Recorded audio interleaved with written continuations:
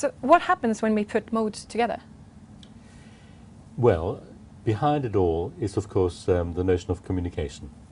I want to communicate something to you. I have a meaning which I want you to get in some way. I have the sense that one mode alone won't do it.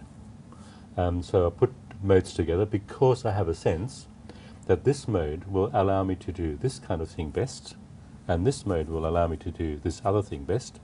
So for instance, on this website that we have here, I can click on a particular thing, and what I have is something which is in time.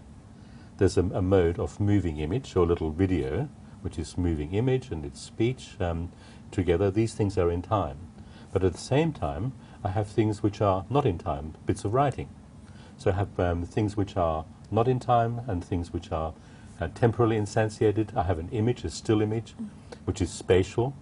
So because I want to say things which are about things which are in time, they move, things which are not in time, they're stationary, things which are spatially kind of displayed like images, I want to put all these together because of the meaning that I want to make. So I have a sense of what these things do, I have a sense of what I want to mean, and so I have a kind of an interest to make a composition in which certain kinds of things come together in a particular way that best exemplifies or communicates what I want to mean. Okay. So these modes are kind of arranged according to the interest I have as the person communicates, but also my sense of who you are and what might be most interesting, most readily memorable, what most pleasurable, most informative for you. So these things are sort of set in a communicational frame. So you seem to suggest that different modes can do different kinds of things. Yes, and I suggested in part that it's me who makes the decision about which mode to use. There is also, of course, around me a sort of conventional notion. So, for instance, if I'm kind of communicating something very formally, then writing might seem to be, because my society tells me, the best means for doing that. It seems that we have in our society not just these modes available to use, but also conventions that indicate to us, not as strict rules, nobody's going to get shot, but as rules, conventions, to use them in particular ways. And so we might say that writing over many hundreds of years in literate societies has become specialized to be the carrier of certain kinds of information. There's a functional specialization of writing.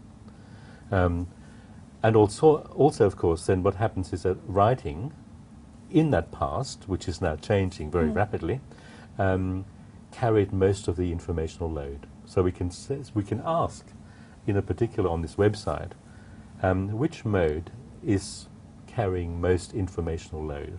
So if we look at this BBC News website, Yeah. we can talk about which of the different modes has the most functional specialization or functional load? We can say which mode has been specialized for what kinds of purposes. Okay. Yeah, so the writing next to the image seems to be specialized to kind of make certain kinds of things in the image seem more salient, or to give a context, a frame for what this image actually is. That seems to be what writing is doing here. That's its specialization. Now the question is, which of them carries more informational load? And I would find that actually quite difficult to answer, because writing kind of frames, it provides an environment, it provides a kind of a background to the image, but the image seems most potent. And then they're also organized in a kind of a left-right relationship. Yeah? The image is on the left and the writing is on the right. So I'm asking myself, does that matter? And would it matter if the writing was on the left and the image on the right? Now, these are the kinds of questions we now have to begin to think about, because we're making a composition in which everything that is there ought to be where it should be, in terms of the meanings I want to make. So is this what we mean by layout then? In relation to the module we're just looking at, we're looking at a module here of image and writing.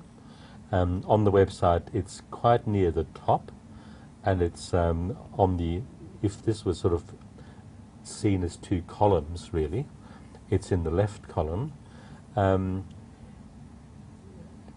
That has a particular place there. Seemingly, if you kind of look at the website, you might come to that first, especially if you scroll down. You don't have to scroll down in order to see that.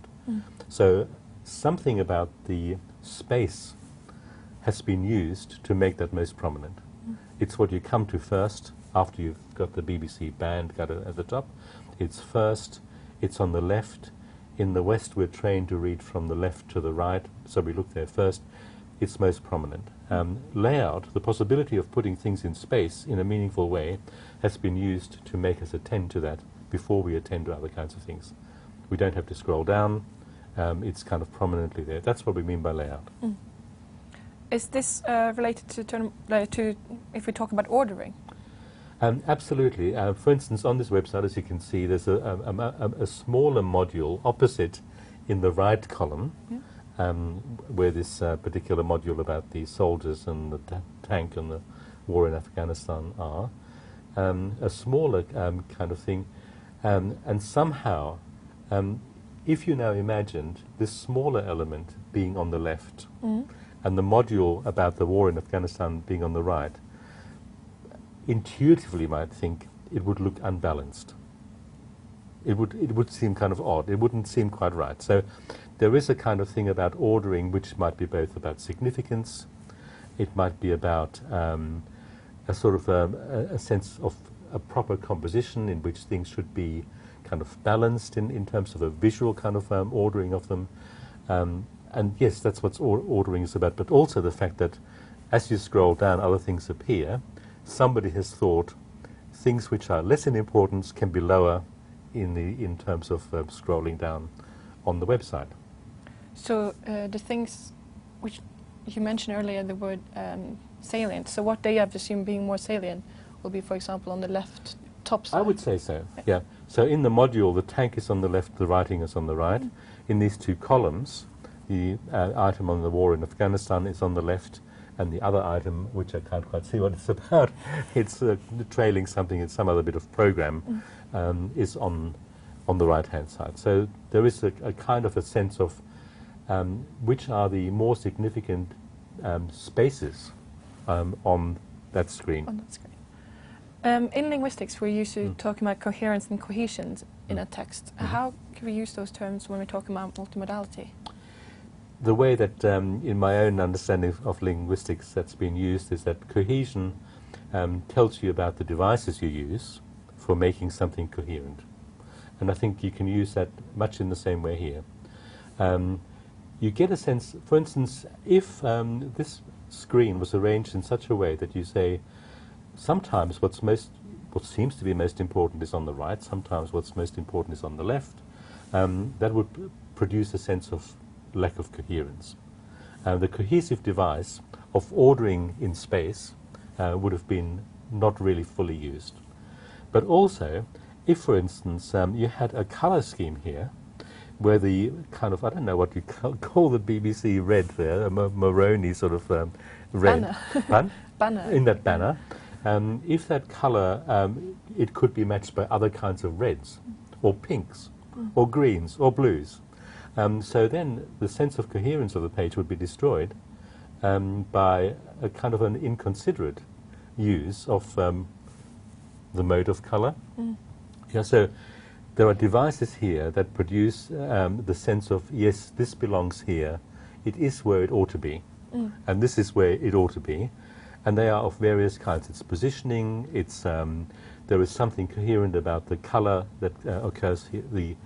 The color in the image of the tank isn't out of place in relation to the maroon of the banner of the yeah. So I think one can transfer the notion of cohesive devices, what are the means of making something coherent, and the notion of it is coherent, it makes sense, from the linguistic or from other things to this. But we would have to sort of say it's no longer about sentences in sequence or elements of sentences which kind of link across from sentence to sentence, but it's different kinds of things. For instance, in linguistics, nobody would think about color as being a means for making something coherent.